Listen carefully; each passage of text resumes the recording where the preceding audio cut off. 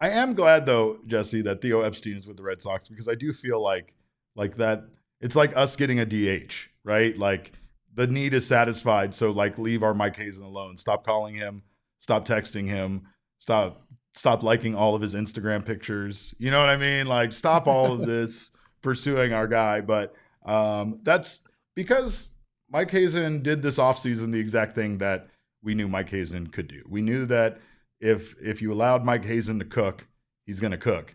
And I feel like the budget that Ken Kendrick and Diamondbacks ownership allowed him to go out there and improve this team with, once again, he was still able to go out and get a lot of value without spending an enormous amount of money, at least not nearly as much as we've seen some of the other teams in baseball spend.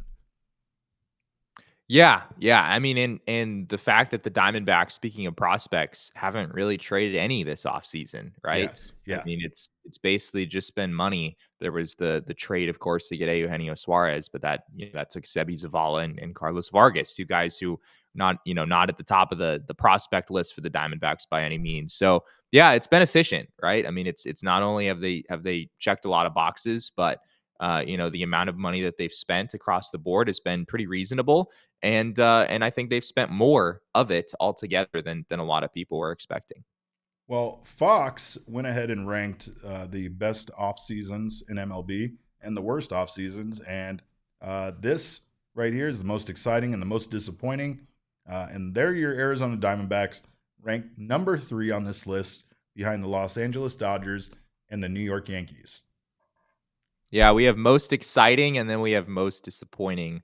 And this graphic was clearly made before the Baltimore Orioles traded for Corbin Burns, because I don't think the Orioles would be on the most disappointing side of this graphic anymore. But No, yeah, this is that's how fast interesting. things can change, Jesse.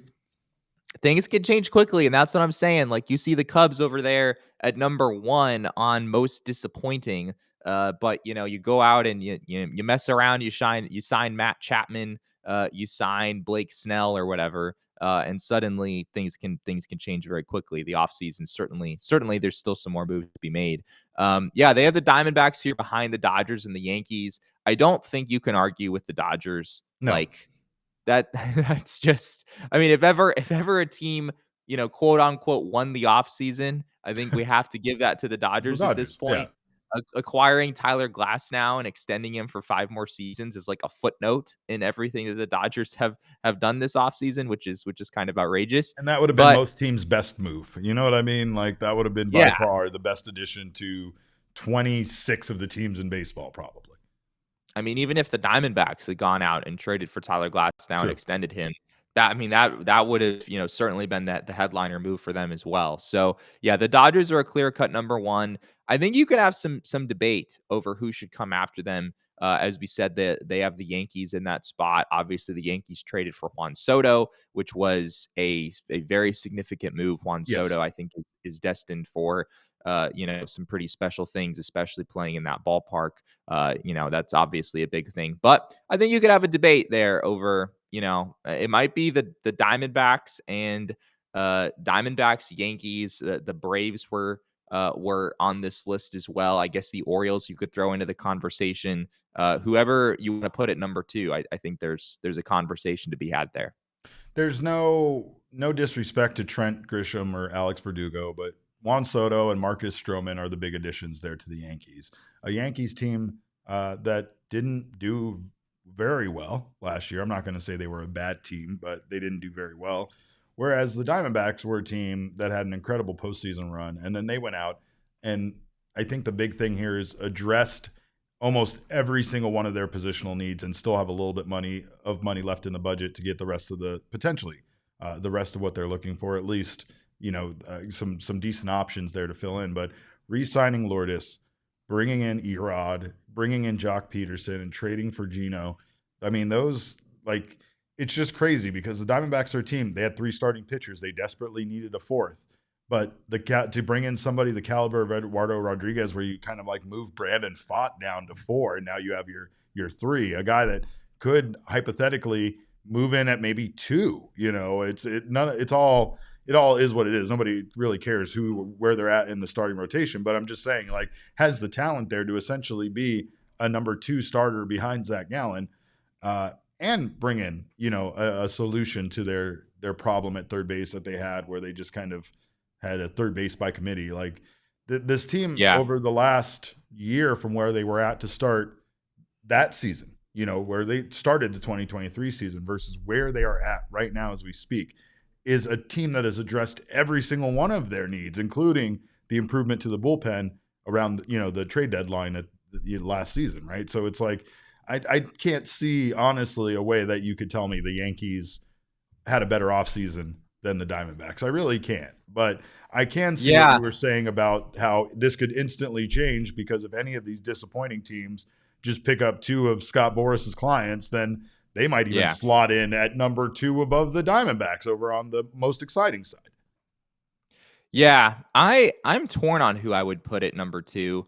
I when I look at what the Diamondbacks have done, I think it's been a good offseason for them. I still think that, they got Jock Peterson instead of Jorge Soler or JD Martinez. I guess that's, one potential negative you could point to. They didn't add to the bullpen, which I know is something that Jordan mentioned when he was Yeah. on this show, filling in the other day. That is a little bit of a concern for me. I know that you can add bullpen pieces at the trade deadline. That's a pretty manageable thing to do. I imagine that's probably what the Diamondbacks are thinking, that, if they get they're, in the mix as they expect to be come the trade deadline, you can add a left-handed reliever, whatever you need at the back end.